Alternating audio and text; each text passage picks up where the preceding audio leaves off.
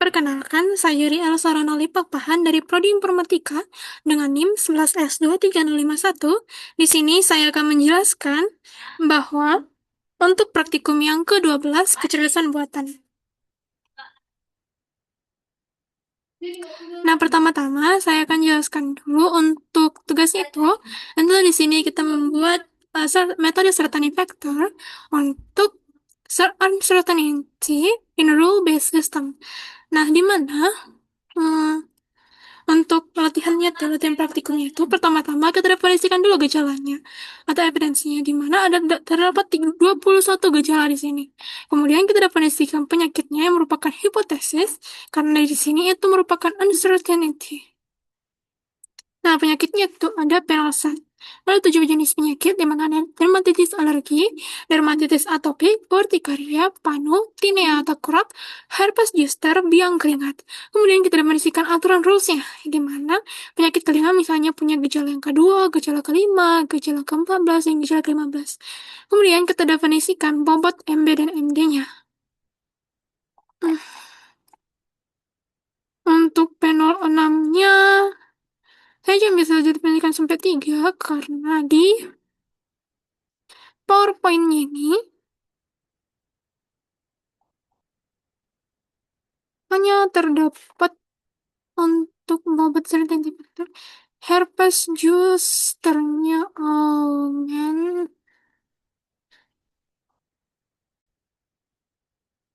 Oke, sudah saya perbaiki lengkap sesuai gambarnya. Ya, hapus aja ini. Oke, nah jadi untuk panel 2 di sini ada saya tambahkan juga, dan panel 6 sesuai dengan tabel yang ada di sini. Kemudian kita bikin dev calculate untuk CF-nya, untuk certainty factor, sesuaikan dengan rumus untuk certainty factor, di mana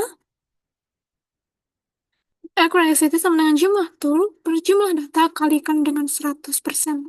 Kayaknya bukan ini deh. Ya, gitu aja. Kemudian kita coba ya untuk input gejala untuk responden 179, ternyata untuk latihannya di nah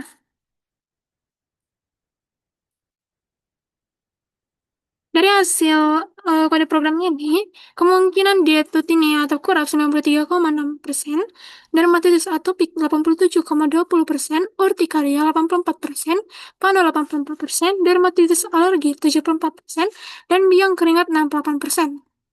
Nah, berarti kalau kita lihat di sini, dia itu certainty faktornya panu, sementara hasil pakarnya itu tinea kurap. Jadi berbeda di hasilnya dibandingkan dengan certainty factor di tinea kurapnya. Saya nggak tahu yang mana yang beda. Jadi ya itulah hasil untuk kode praktikumnya. Nah, kita lanjut ke yang responden 137. Tapi pertama-tama kita ganti dulu ininya.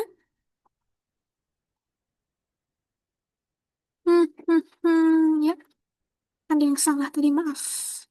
Kesalahan teknis. Kita buat ulang lagi, run all.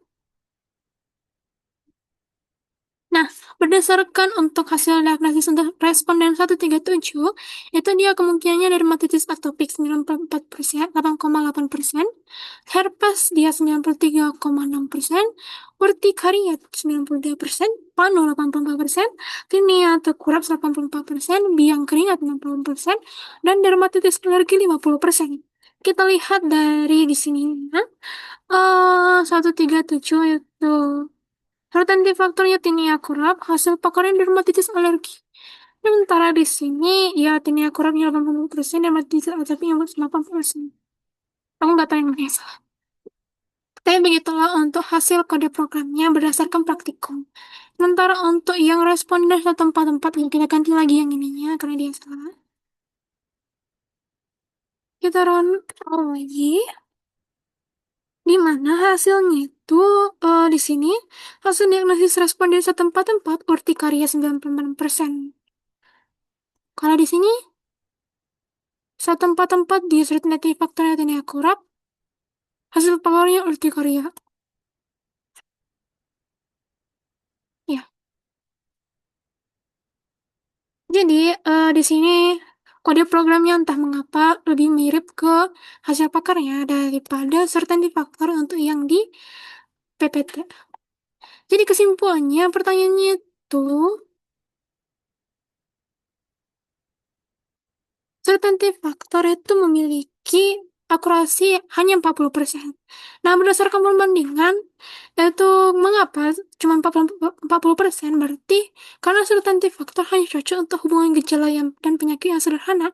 Pada penyakit kulit, banyak gejala yang saling tempat tindih. Misalnya kayak gatal, merah, bersisik, muncul hampir di semua penyakit kulit. Dan CF nggak mampu membedakan gejala yang non-spesifik.